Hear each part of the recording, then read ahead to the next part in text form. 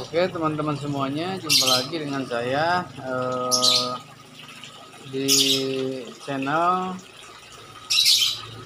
Ricky Silawangi dengan konten yang masih acak-acakan atau campur aduk ya. Tidak apa-apa, yang penting manfaat ya, apa-apa yang penting manfaat. Oke, kali ini saya masih melanjutkan mencoba membuat konten tentang akuarium atau kolam ikan depan rumah ya, kolam ikan taman depan rumah, yang kebetulan memang saya sekarang lagi suka-sukanya terkait taman kolam ikan depan rumah ya, lagi hobi-hobinya nih. Makanya tiap hari apa yang dibicarakan ikan, yang dilihat ikan. Kebetulan kolam saya yang kemarin di konten sebelumnya tahap pembuatan, alhamdulillah sekarang sudah beres ya. Alhamdulillah sekarang sudah beres, dan apa saja keluhan-keluhannya dan sistem sirkulasi yang saya pakai untuk kolam ini. Nah, untuk penampakannya seperti ini ya kawan-kawan, penampakan kolamnya. Nah, ini kawan-kawan penampakan kolamnya ya, seperti di konten sebelumnya. Inilah kolam hias saya nih. Untuk sistem sistem penanaman di kolam saya itu nih, airnya tidak tak kasih penuh ya, airnya tidak kasih penuh. Ini segini saja, kurang lebih kedalamannya itu dari bawah kurang lebih 60 cm ya. Nah, saya juga di dalamnya itu, di dasar kolamnya itu dikasih hiasan batu-batu ya, cuman bukan batu hias, hanya batu-batu dari kali ya, batu kali biasa. Untuk cuma hiasan aja ya, hiasan, terus untuk biar si ikannya jadi betah aja ya. Jadi memang saya buatnya ini bawahnya di keramik ya, biar pantas biar kelihatan bersihnya. Tapi kalau semuanya keramik, ikan nggak enakan juga, nggak bakalan betah. Makanya tak kasih batu-batu kali. Kemudian juga tak kasih gunung-gunungan ya, gunung-gunungan itu tak campuran batu sama akar besar. Di dalamnya tak kasih gelembung juga untuk oksigen ya, untuk oksigen yang disalurkan lewat selang ini ke sini nih. Nah, oksigen. Oke, oksigen. Terus ini sistem pengairannya, sirkulasinya kita buat dua sirkulasi atau dua asupan air, terutama dari air terjun seperti ini. Yang itu tuh, ini air terjun, cuma air terjunnya masih belum diperbaharui ya, jadi masih kelihatan airnya masih kelihatan pecah-pecah, belum rata, masih kecil. Nah, seperti itu. Kedua, sistem air pendorong nih, dari sini air pendorongnya ini memang masih belum maksimal juga ya. Jadi ada air terjunnya, ada pendorongnya. Jadi kalau di kolam ikan itu harus ada pendorongnya. Untuk pendorongnya ini alhamdulillah, jadi lihat tuh banyak sekali oksigennya dari sistem pendorong ini, keluar banyak oksigen karena dicampuran di dalam chambernya ini, dia agak ada tambahan di selang oksigennya, ditambahin selang untuk oksigen. Ditambah juga itu gelembung oksigen yang ada di sana ya, di tengah-tengah. Jadi di sini kolamnya alhamdulillah kayak oksigen ya, kayak oksigen. Dari sana ada, di sini ada, sini. Ini untuk chambernya. Kebetulan chambernya ini saya di sini chamber yang terakhir, 3 chambernya ya, 3 saringan. Ini yang terakhir, yang air yang terakhir untuk disedot, yang dari sini, dari sini. Nah, kebetulan saya juga masih pasang lampu UV ya, UV sebagai pembunuh kuman atau bakteri. Ini chamber yang kedua susah ya, memang salah pengerjaan atau salah pembuatan di dalam sini ya, kelihatan. Nah, untuk chamber yang terakhir hanya lampu UV aja. Untuk chamber yang kedua ini, chamber yang kedua saya itu di dalamnya ada menyimpan tumpukan batu zeolit besar sama kecil, ditambahin juga arang ya. Kalau orang kan pakainya arang aktif, saya di sini dalam sini itu hanya menyimpan arang untuk kayak apa, arang biasa aja ya, arang untuk bakar sate gitu ya. Lanjut di dalamnya juga saya menyimpan biobol juga ya, biobol kurang lebih kemarin satu plastik ya, satu kresek, kantong kresek kita kasih biobol. Nah untuk di chamber yang pertama, sebelah sana yang ada bunga-bunga itu. Nah, sebelah sana ada bunga itu.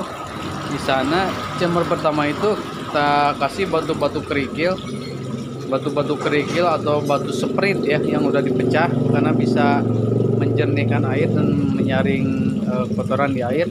Setelah sprit ada batu-batu bata juga ya, bubukan batu bata, kemudian pakai saringannya kita kasih 2 lapis. Setelah dari saringan langsung masuk ke chamber 2 dan chamber 3, lalu dialirkan ke atas dan bawah sini. Nah, alhamdulillah airnya jernih banget. Nah pada awal-awalnya kawan-kawan, saya juga mengeluhkan awal-awal penanaman atau awal-awal penanaman ikan pada lokasi kolam ini. Saya bermodalkan beli ikan beberapa kali beli ikan, hampir kurang lebih 700.000 dengan jumlah ikan 30 ekor lebih. Itu mati semua kawan-kawan, mati semua. Memang menjengkelkan, memang menyesalkan, menyesal sekali, semua mati dan bingung mesti bagaimana. Udah dicoba segala macam, saya udah coba segala macam, seperti lihat di YouTube, lihat di internet, segala macam udah tercoba, tapi hasilnya tetap nihil. Yang akhirnya sampailah ke saat yang sekarang, saatnya menikmati ya. Alhamdulillah ikan-ikannya sehat, tiap beli ikannya tidak pernah, ikannya sehat, tiap beli sekarang tidak pernah mati. Alhamdulillah ikannya bisa bertahan, airnya juga jernih, jadi tidak kotor. Kemarin sempat beberapa hari airnya itu sempat dari jernih berubah jadi kotor, jadi hijau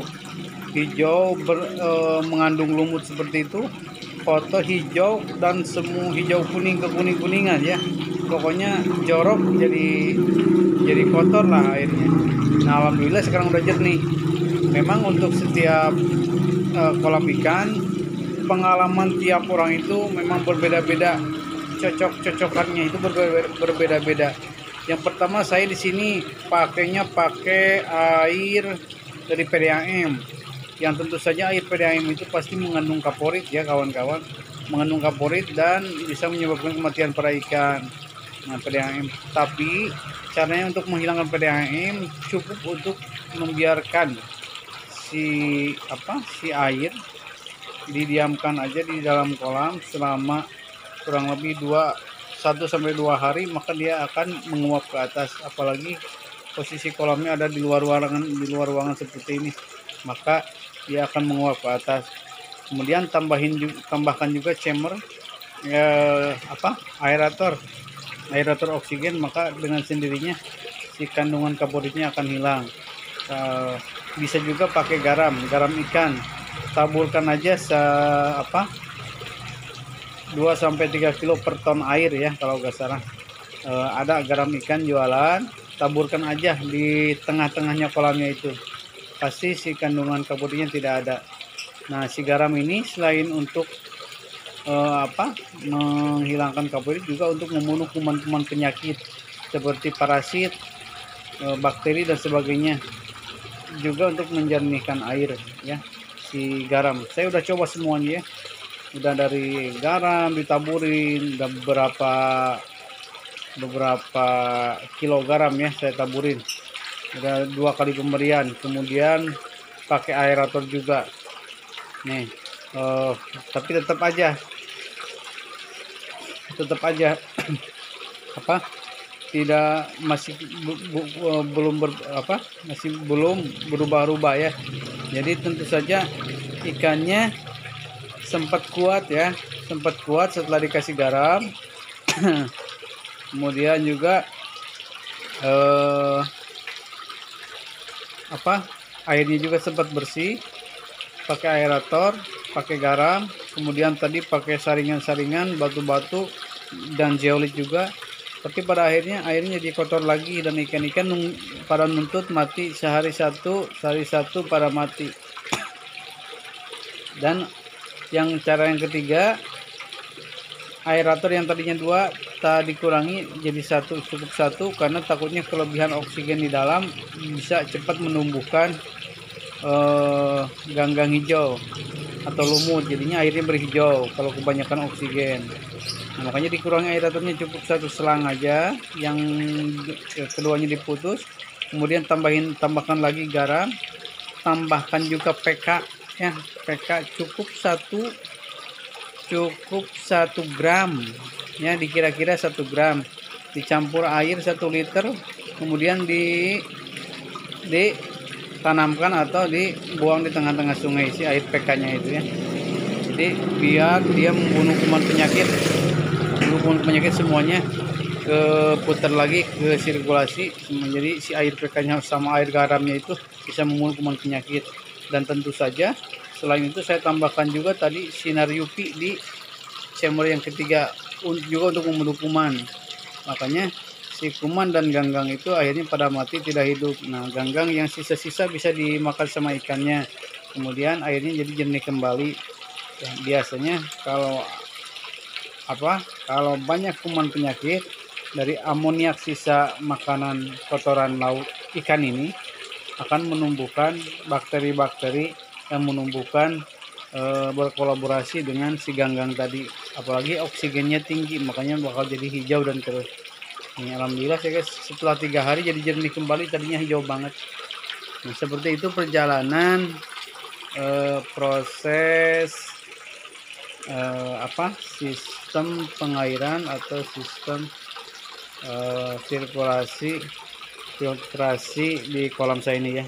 Oke, segitu aja ya kawan-kawan, terima kasih. Assalamualaikum warahmatullahi wabarakatuh.